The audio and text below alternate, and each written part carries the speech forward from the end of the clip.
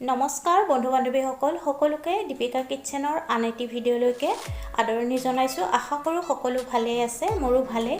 আজি আপোনালোকৰ বাবে মাছৰ টেঙাৰ ৰেচিপি এটা লৈ আহিলোঁ।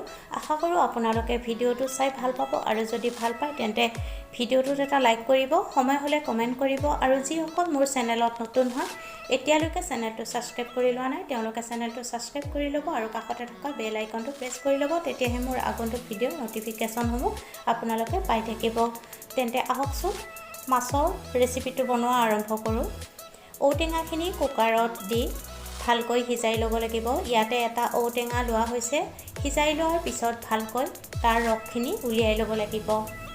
পেন এখন গৰম হ'বলৈ দিব আৰু গৰম হ'লে তাত সৰিয়হৰ তেল দি দিব আৰু তেলখিনি যেতিয়া ভালকৈ গৰম হ'ব তেতিয়া তাত শুকান জলকীয়া এটা আৰু পাঁচফোৰণ আধা চামুচ দি দিব আৰু হালধি গুড়িখিনি দি দিব আৰু একেলগতে এটা বিলাহী ডাঙৰকৈ কাটি দি দিব। তাৰপিছত 1 মিনিটমান সময় ভাজিব লাগিব। এতিয়া উলিয়াই লোৱা ঔটেঙাৰ ৰসখিনি দি দিব লাগিব। একেলগতে অলপ পিঠাগুড়ি পানীৰ সৈতে গুলি দি দিব আৰু সোৱাদ অনুসৰি নিমখখিনি দি ভালকৈ যেতিয়া উতল আহিব তেতিয়া তাত ভাজি ৰখা মাছ কেইপিচ দি দিব লাগিব।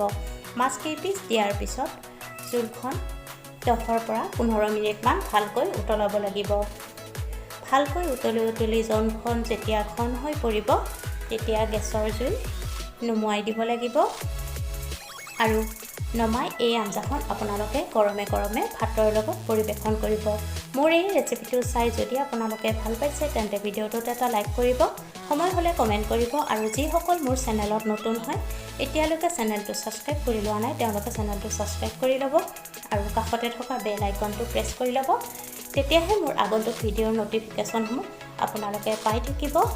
পুনৰ এটি নতুন ভিডিঅ'ৰ সৈতে আপোনালোকৰ ওচৰত উপস্থিত হ'ম। আজিলৈকে আহিছোঁ, ধন্যবাদ।